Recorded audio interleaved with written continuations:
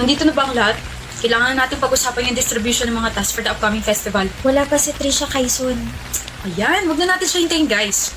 Sa pinapakita niyang attitude ngayon, hindi na natin kailangan na opinion niya. So yeah, let's proceed.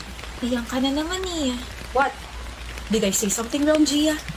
Clearly, she's wasting our time. Ang dami pa natin kailangan gawin at pag-usapan. We promise not to exclude each other kapag may mga meetings tayo, di ba? Let's just wait for her. Ano ba, Gia? Kaison, shut up, Milan. Did you just yell at me? This is why I told you na sa akin na kayo makinig. Natutulad kayo kay Trisha eh. Nagiging matigas yung ulo ninyo. Eh ano bang ambag niya rito? Pagpapaganda? Make-up? Aanhin natin yun. Magagamit ba natin yun sa mga discussions natin, ha?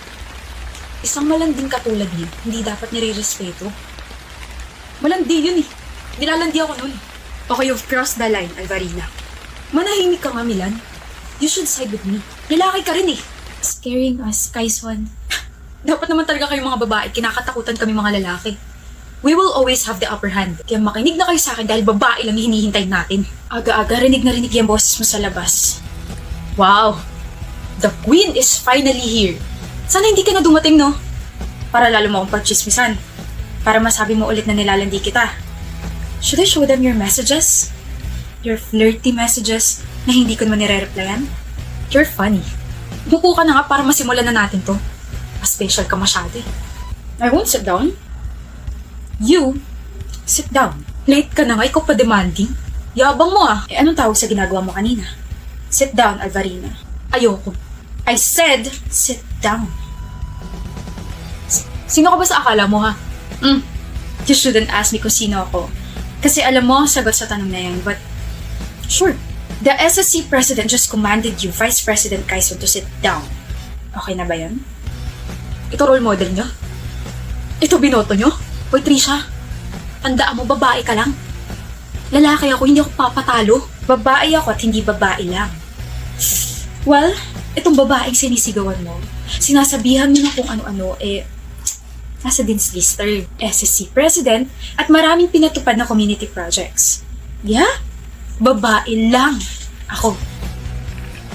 Everyone, I'm sorry I'm late, pero may kinilangan kasi akong asikasuhin kanina. I had to deal with someone's mess, and yes, nandito siya. Kaharap ko siya ngayon, no? What?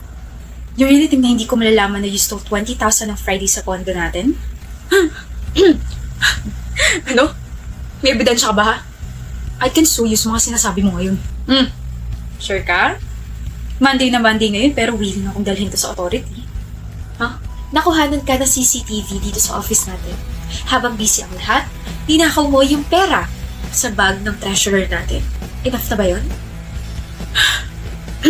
Trisha, sorry sa mga nasabi ko. Sorry. Nagastos ko na kasi yung pera. Tapos, saan? Saan? Sa sugal. Natempa ko eh.